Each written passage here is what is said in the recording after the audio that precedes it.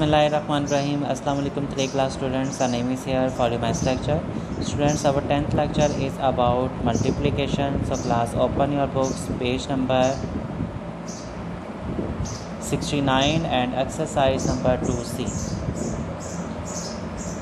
Page number 69 and exercise number 2C. Here is a question number 1. Fill in the blanks. तो बेटा आप लोगों ने blanks को fill करना है. आप लोग याद कर चुके हैं tables भी, ठीक है. तो 1 से 20 तक आप लोगों को सारे टेबल्स पता होना चाहिए, ठीक है. आप लोगों ने अपने माइंड में रखिएगा और इससे रिलेटेड हम लोग यहाँ पर क्वेश्चंस को सॉल्व करेंगे.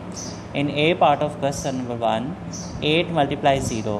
When any number multiply with 0 the answer is 0. जब कोई भी नंबर हमारे पास 0 के साथ मल्टीप्लाई होगा तो हमारे पास आंसर क्या आ जाता है, 0 आ जाता है. Now 2 multiply 3 is dash multiply with 2.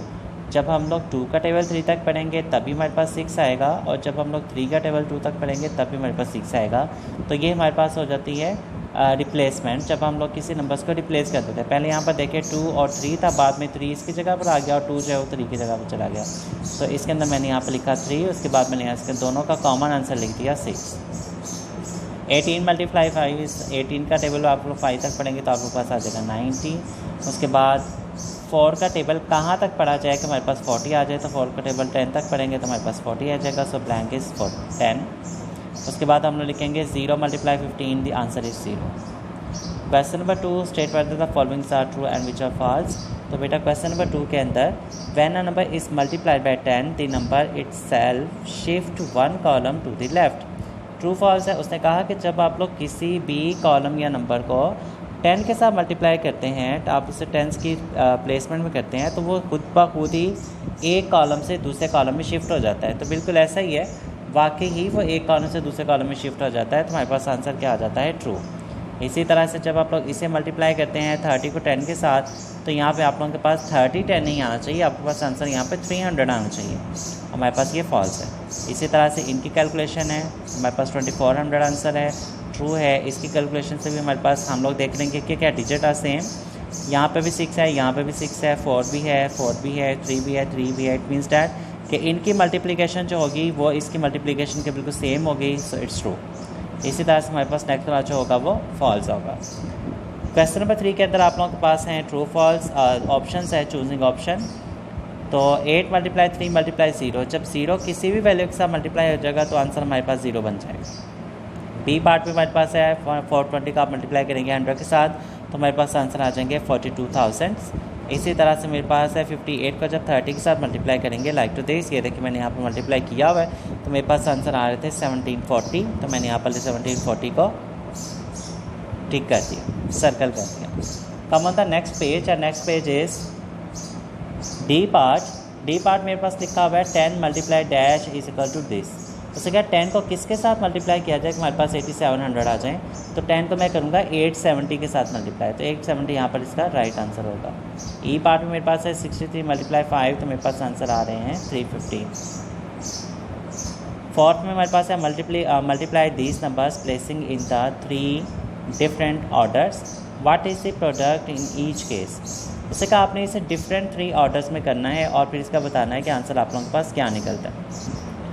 तो बेटा यहाँ देखें उसने आप लोगों से कहा है कि आपके पास एक ए पार्ट दिया हुआ है. उस ए पार्ट का आप लोगों ने क्या करना है, उसके 3 डिफरेंट वेज बनाने हैं और देखना है कि क्या उनका आंसर सेम निकलता है.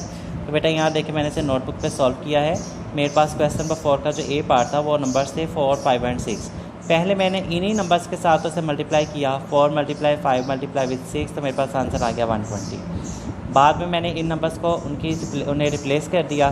4 की जगह पे मैंने 5 को लिख दिया, 5 की जगह पे मैंने 4 को लिख दिया और 6 को लिखा. 5 4 20, 20 मल्टीप्लाई 6 इज़ 120. तभी मेरे पास आंसर वही आ गया. मैंने उसे फिर से दोबारा चेंज किया. 6 को मैं पहले लिख दिया और 5 और 4 को उसके बाद में लिखा, तो मेरे पास फिर भी आंसर इसका सेम आ गया. इट मीन्स डैट कि मेरे पास आंसर जो होंगे अगर मल्टीप्लिकेशन में हम उन्हें रिप्लेस कर भी देते हैं तब भी हमारे पास उनके आंसर्स क्या होते हैं, सेम ही आते हैं. ठीक है बेटा. तो आप लोगों ने क्वेश्चन नंबर 4 को खुद अपनी नोटबुक्स पे सॉल्व कर लेना. उसके रिमेनिंग पार्ट्स 2 पार्ट्स मैंने यहाँ पर सॉल्व कर दिए हैं, ए और एफ पार्ट. बाकी पार्ट्स आप लोगों ने खुद सॉल्व करने हैं.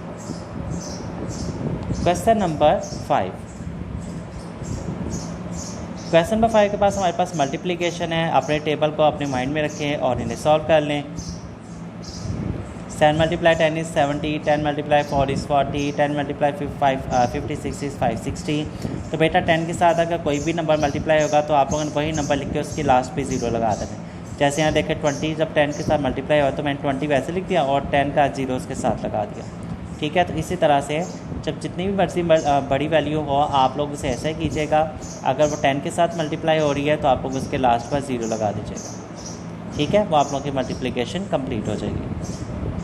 क्वेश्चन नंबर 6 में भी बिल्कुल ऐसे ही है। आप लोगों ने 960 लेके आना है तो 96 ऑलरेडी लिखा हुआ है, तो जब आप लोग 0 लेके आएंगे तो इसको 0 शो करता है 10 को, मैंने भी ऊपर आप लोगों को बताया। ठीक है, तो 0 शो करता है 10 को, ये यहाँ पर आ जाएगा 10, इसका 0 है 10। अच्छा जी, ये ऑलरेडी 10 यहाँ पे लिखा हुआ है, क्या बाकी बच रहा है 63, मैंने यहाँ पर 63 लिख दिया। 389 इसने ऑलरेडी दे दिया, बस 0 बन जाएगा 10।